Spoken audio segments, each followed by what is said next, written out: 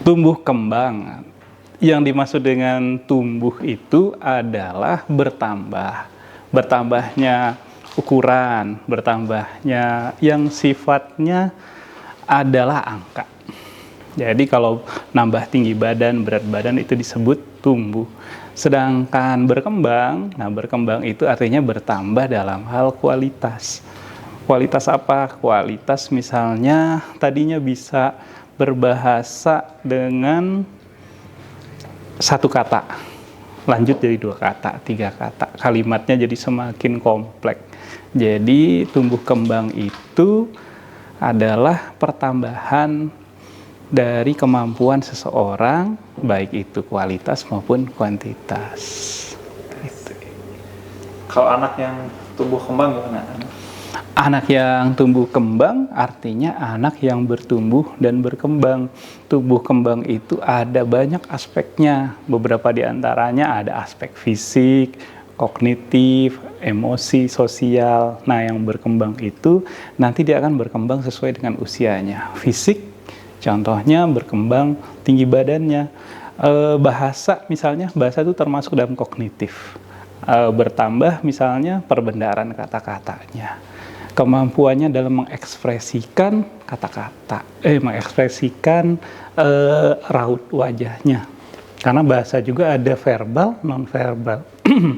Kemudian kemampuan kognitif juga bisa berkembang.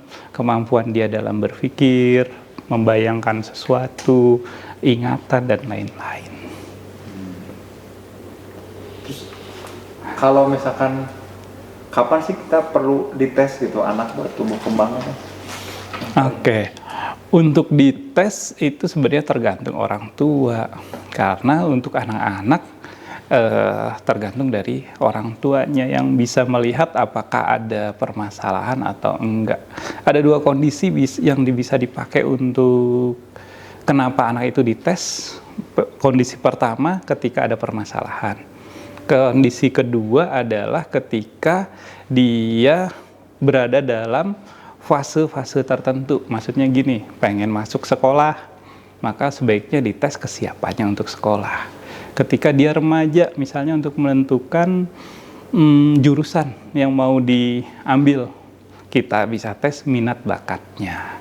Gitu. Atau misalnya untuk hal yang lain yang udah dewasa misalnya, menentukan pekerjaan apakah tepat atau tidak bekerja di bidang tertentu, kita bisa lakukan tes seperti itu kurang lebih.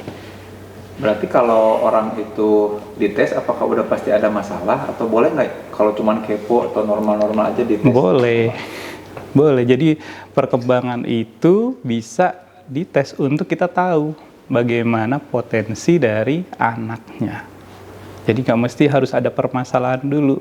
Ketika kita pengen tahu seperti apa gambarannya, seperti apa profil dari kelebihan kekurangan anak dalam hal psikologis, nah itu bisa di tes psikologi.